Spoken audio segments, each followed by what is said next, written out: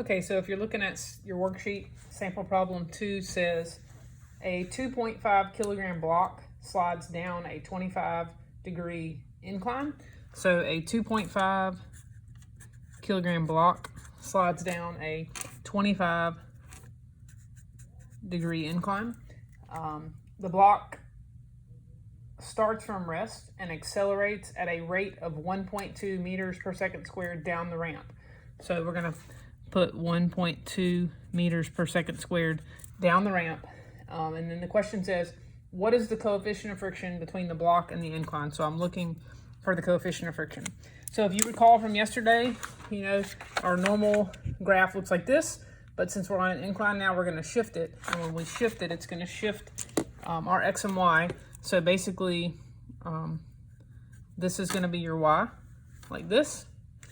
And this is, of course, your x. And so remember from yesterday, we said this force is the force of gravity, but the x component. This force, which opposes motion, is friction. We also said yesterday that this force is also gravity, but it's the y component. And this force, this upward force, is the normal force. So that's what we discussed yesterday. But let me just work this problem out for you. So here's our formulas that you should have in your note cards. Remember, I should have put this one at the top because this is the one we should always start with. Fg equals mg. So we're going to go ahead and solve for Fg. I did forget to put Fg on here. Remember, Fg acts straight down. So this is my Fg. Okay, so mass times gravity. So the mass is 2.5. Gravity is 9.8. So 24.5 is the weight of this box, 24.5 newtons, okay? Once we use this formula, then I had mentioned that we should go ahead and use the x and y formulas. So to find x, it's r times the cosine of the angle. Remember, for the angle, you have to do 90 degrees minus the angle that's given. So essentially, we're going to go ahead and find x first. R is this 24.5. So 24.5, that's your R. Cosine, I'm going to hit cosine. The angle, now the angle that was given was 25, but remember we do 90 minus the angle that was given. And so this 10.3 or 10.4, that's my x component of Fg. So this is 10.4 newtons. And now we're going to go ahead and do the same thing, but we're going to find the y component. Remember, R is 24.5. The y component is sine. Remember, the angle is the 90 minus the angle that was given. And so the y component is 22.2. And that goes right here, 22.2. Okay? If you recall from yesterday, the y component of gravity and the normal force are balanced.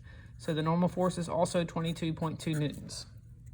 Okay, so I've used this formula and I've used these two, so I need to use these other three. I can't use the sum of all the forces yet because I don't have that force, but I can use F net equals ma, this formula. F net equals ma right here. F net equals m times a.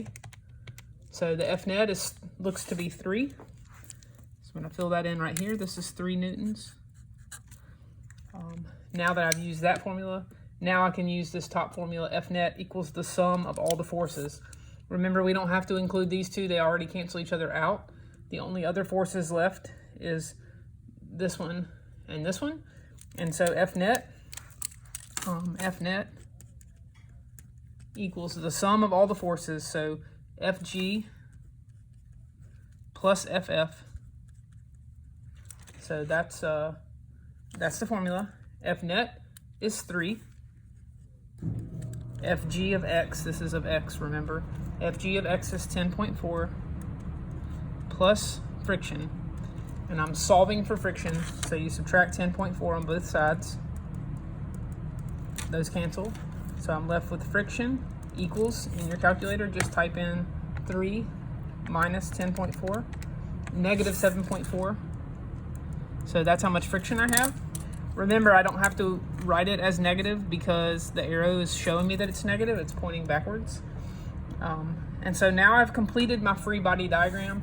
Now I can answer the question. The question, remember, is asking me to find the coefficient. And so I'm going to do that using the only formula I have left. FF equals the coefficient times normal. FF, we just calculated, is 7.4 equals the coefficient I'm trying to calculate times the normal force. The normal force is 22.2. So all we have to do to solve for that is just divide by 22.2 on both sides. These cancel, of course. So 7.4 divided by 22.2, 0.33. So the coefficient is 0.33. Remember, there's no unit, and it's typically between 0 and 1. So that's how you know you did it correctly. Sample problem 4, if you're looking at your worksheet, a 130 Newton block is held against an inclined plane which has an angle of 45 degrees. So I have my free body diagram drawn. Remember, basically you just take your axis, your normal axis, and then you twist it. And so that's where this is your new y-axis and the green is your new x-axis. And it's on a 45 degree incline, so this is 45 degrees. The problem also says, it says a 130 Newton block. That's the weight. So this is 130 newtons.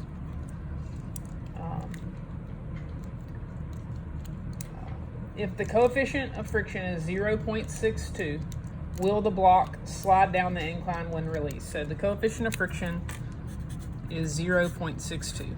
And so we want to decide if the block will slide down the incline, and then we have to explain. So we're going to go ahead and fill some things in. We're going to use, remember, all these formulas that we have. Remember, you should always use Fg equals mg first. So I have Fg equals mg. So I'm going to use that formula to solve for mass. It's just a simple calculation, 130 divided by 9.8. 13.3, that's the mass. 13.3 kilograms is the mass. And so I've used that equation.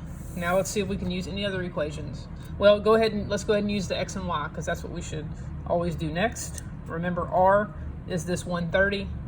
The angle is 90 minus 45. So we're going to do x component first. It's 130 times the cosine of 90 minus 45. So according to my calculation, 91.9 is the x component. So that's this, 91.9 newtons. For the y component, we're going to do the same thing, but instead of cosine, we're going to use, you can see here, we're going to use sine. So 130 sine 90 minus 45. So 91.9 is also the y component, 91.9. You might be wondering, why is the x component and the y component the same? It's always the same when you have a 45 degree angle, because 45 is in the dead center of 90, so that's why they're the same. We didn't do anything wrong. We're good so far. So I've used this equation and I've used these two equations, and let's see if we can use any of these other three.